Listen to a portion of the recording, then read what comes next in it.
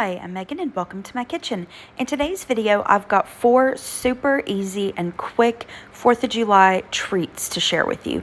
So if you're looking for some inspiration for celebrating the upcoming Independence Day holiday, just keep watching. First up, we're going to make some festive cinnamon rolls. And a quick disclaimer, the ideas that I'm sharing with you today, none of them are like earth-shatteringly genius or new ideas, but they are quick and easy treats that you can put together for your family, for company, whomever. So for the cinnamon rolls, we of course need some cinnamon rolls. I have this little small can of 5 because it was just Gary and I. Use your favorite brand. You could also use homemade cinnamon rolls, of course, or you could use the frozen ones. For homemade cinnamon rolls, I've shared how I like to make them. I just use the Pioneer Woman's recipe. I'll have that video linked in the description box below. So all I'm going to do is cook up my can of cinnamon rolls according to the package instructions. These rolls, the small can, happen to be like the biscuit kind with cinnamon sugar, but it'll work just fine.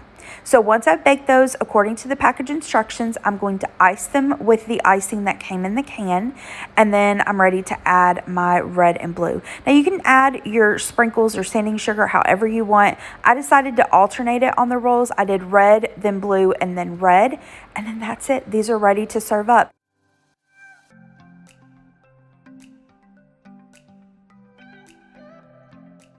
Now, I put them on a little festive serving plate. I got these at Dollar General back during the spring. They're so cute. They were only like $2 a piece.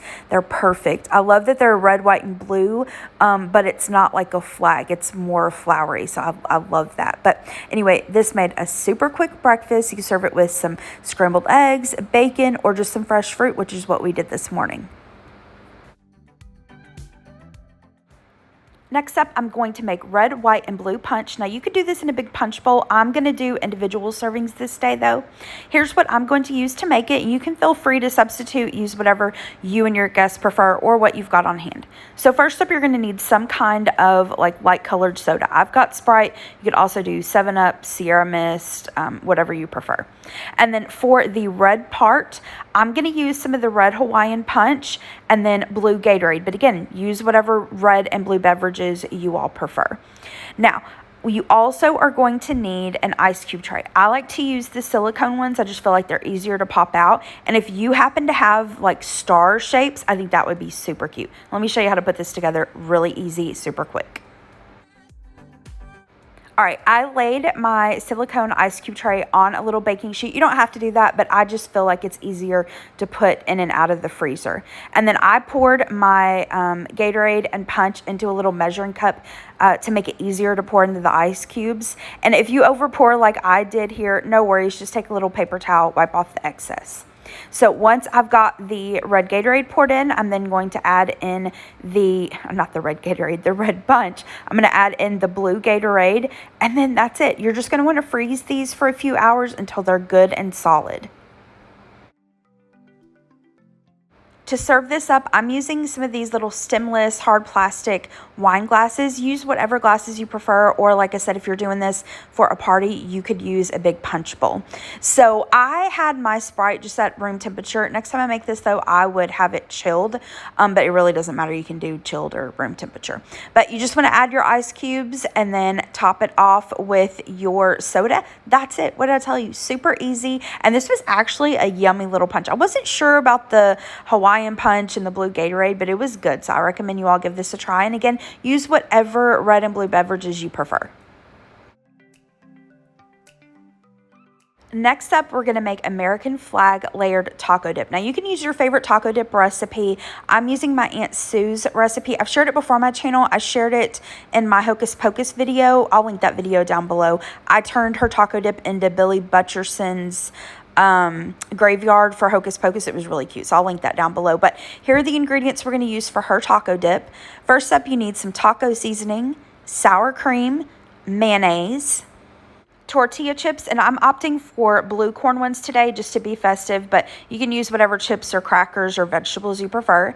We've got some sliced black olives, bean dip, some tomatoes, green onions, guacamole, and you can totally use homemade to make it easy on myself though today. I'm just using store-bought, some salsa, Shredded cheese, normally for this dip, I use either cheddar or a Mexican blend, but for today, I'm gonna use Monterey Jack cheese, and you'll see why shortly.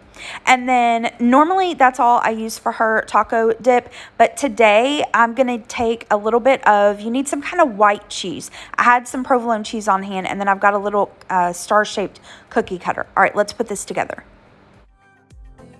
We're going to start by making our sour cream layer. So to a small bowl, I'm going to add in the sour cream. You could totally use just like plain Greek yogurt if you prefer to do that. We're next going to add in some mayonnaise and then taco seasoning, and that's it for this layer. We're going to stir that until it's really well combined and set that to the side. And a quick note, I forgot to mention, I did have Aunt Sue's recipe, by the way. So I've got a 9x9 baking dish here. I like to serve it in a glass baking dish just so you can see the different layers. It really doesn't matter. Use whatever baking dish you like. So I'm going to add a layer of the bean dip to the bottom. And I am layering it differently today than Aunt Sue's recipe called for. But there's a reason. And again, you'll see afterwards. You'll see at the end. So next, I'm just going to add on the guacamole. Once I've added the guacamole, I'm going to add on the salsa and spread that out. Next, I'm going to add a layer of chopped green onions, and totally feel free to make this dip your own. You could add chopped bell peppers, chopped onions. You could add like browned up taco meat. Just use whatever you like. I'm going to add the sour cream layer after I've added those green onions, and I'm just going to spread that out. Next, I'm going to add my shredded cheese. Now, in the American flag, we've got red and white stripes. And so that's why I wanted to use the Monterey Jack cheese, is so that I already had my white stripes down on my dip. So next, we're going to take those sliced black olives, and I am just going to make a little square of the olives in the upper left-hand corner to symbolize like the blue part on the American flag. I know the black olives are black and not really blue, but hey, it's fine. I'd rather have the black olives and them not be the right color than to like put blueberries on here. That would just be weird. So next, I'm going to add some of the little stars that I cut out of the provolone cheese. There was no way I could do, 50 stars, so I just did 5 stars. It's fine. It still looks cute. So finally, I'm going to take my diced up Roma tomatoes and add those for the red stripes, and then that is it. Is this not cute?